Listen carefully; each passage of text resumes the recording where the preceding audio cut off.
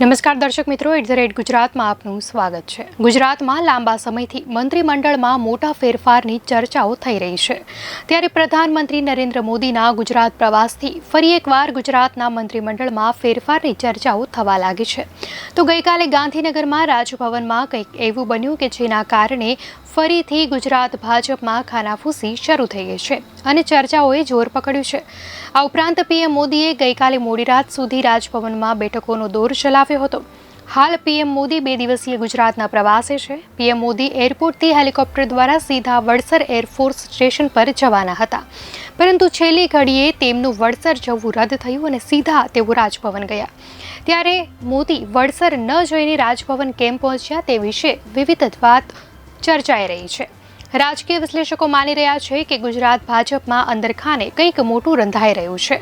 બીજી તરફ પીએમ મોદીની ગુજરાત મુલાકાત પણ મહત્વની ગણવામાં આવી રહી છે। આ મુલાકાત બાદ સંગઠન અને સરકાર પક્ષે અનેક મોટા ફેરફારો આવી શકે છે તેવું જાણકારોનું માનવું છે। ગુજરાતની વર્તમાન રાજકીય સ્થિતિ ડામાડોળ બની છે। સરકારના માથે અનેક મોરચે માછલા ધોવાઈ રહ્યા છે। સરકારની કામગીરી પર પણ સવાલો ઉઠ્યા છે, તો નેતાઓને પ્રજા વચ્ચે આવકાર નથી મળી રહ્યો। આ જોતા કંઈક ફેરફાર થાય તેવું લાગી રહ્યું છે। એવું પણ ચર્ચાઈ રહ્યું છે કે ગુજરાતમાં ગમે તે ઘડીએ મંત્રીમંડળમાં ફેરફાર આવી શકે છે। તો રાજભવનમાં પણ મોડી રાત સુધી પીએમ મોદી સાથે બેઠકનો ધમધમાટ ચાલ્યો હતો, જેમાં સંગઠન અને સરકાર મુદ્દે ચર્ચા થઈ હોવાની વાતો પણ વહેતી થઈ છે।